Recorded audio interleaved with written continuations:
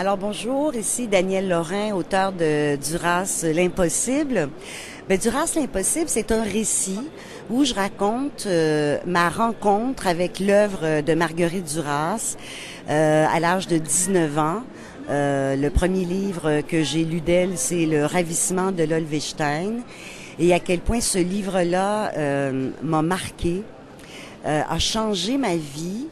Et je dirais même m'a sauvé la vie en quelque sorte parce que j'étais en gros chagrin d'amour et j'avais l'impression que dans ce livre-là, Duras parvenait à mettre des mots sur ce que je ressentais à l'intérieur, le vide, la peine, etc.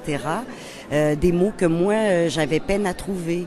Et c'était tellement fort qu'à un moment donné, j'avais vraiment l'impression que ce livre-là avait été écrit pour moi.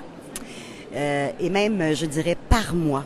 Et donc, à partir de ça, je raconte dans le livre comment j'ai voulu tout lire de Marguerite Duras, comment j'ai voulu marcher dans ses pas jusqu'au Vietnam, à Trouville où elle avait une maison, un peu partout. Je voulais la rencontrer. J'ai rencontré son fils, le père de son fils, François Mitterrand, qui avait sauvé son mari des camps de la mort pendant la guerre, etc., etc. Donc, je raconte mon aventure Duras, à quel point c'est devenu une obsession et pourquoi j'ai écrit ce livre-là pour en finir en quelque sorte avec Marguerite Duras. Danielle, comment se passe votre expérience à Bruxelles?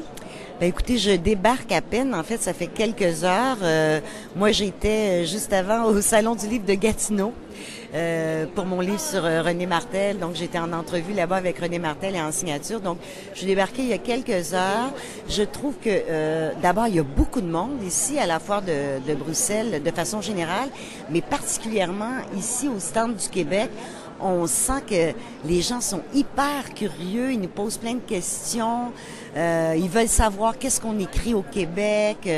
Vraiment, je sens vraiment là, les premières heures que je suis ici, je sens un accueil très, très chaleureux, une vraie curiosité en fait. Et quel est votre plus récent coup de cœur littéraire?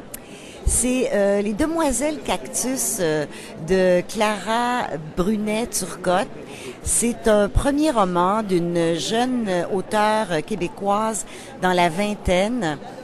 C'est un livre où il y a beaucoup question d'anorexie. C'est beaucoup plus fort qu'un simple témoignage, en fait. Même si ça nous décrit vraiment de l'intérieur l'enfer de l'anorexie quand on est une jeune fille et tout ça, la force du livre, je trouve, est dans l'imaginaire qui est déployé, dans la force du langage. Déjà, cette jeune auteure s'approprie le langage, le fait sien avec son propre imaginaire, une force de frappe, vraiment. C'est une auteure que je vais sûrement suivre dans les prochaines années. Et quel est le prochain livre que vous voulez lire? Je sais qu'il y a un livre qui s'en vient de Nicolas Dickner, qui va publier, je pense, ça fait combien d'années, Nikolski, qui avait été 10 ans au moins, qui avait été un immense coup de cœur, une découverte. Nicolas Dickner, qui est un écrivain, justement, encore là, à l'imaginaire absolument extraordinaire. Donc, j'ai très, très hâte de lire. Je pense que ça sort dans les prochaines semaines, prochains mois.